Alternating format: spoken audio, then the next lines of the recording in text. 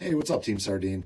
I got a lot of really good questions and comments from one of my last posts on how to read nutrition labels and protein in particular, how manufacturers are tricking people with including in the grams of proteins listed incomplete proteins, whereas when you check the recommended daily value percentage, they can only include complete proteins there. So you have to make sure you're paying attention.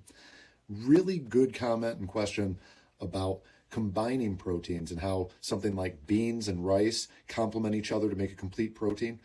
Excellent, excellent point.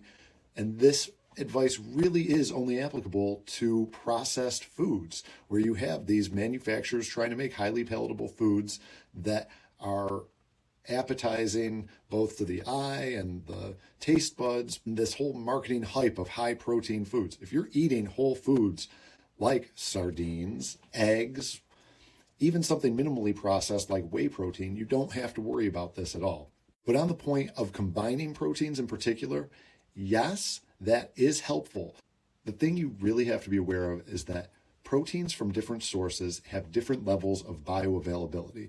The protein from whey and eggs is almost 100% bioavailable. Your body can use all of it for muscle protein synthesis, building and maintaining muscle mass, strength, and size.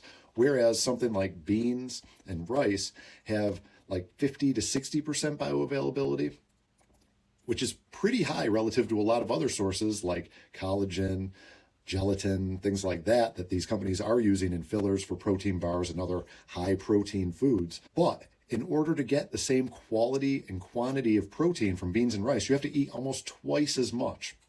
I was vegetarian for almost 15 years, vegan for 2 or 3, and this is something I didn't realize at the time. Hitting protein goals as a vegetarian or vegan, you really have to be aware of this. And while getting 1 gram of protein per pound of lean body mass or pound of weight is important, as a vegetarian or vegan, if you're using non-meat, egg, fish, whey sources of protein, you have to increase your level of protein to get that recommended amount if you're trying to build and maintain muscle, which, again, I think everybody should be doing. Aim for 1 gram of protein per pound of body weight.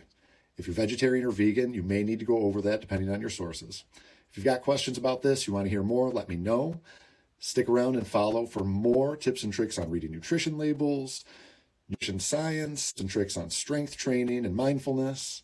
And of course, if you do nothing else today, keep moving that beautiful body of yours. Keep breathing this wonderful air.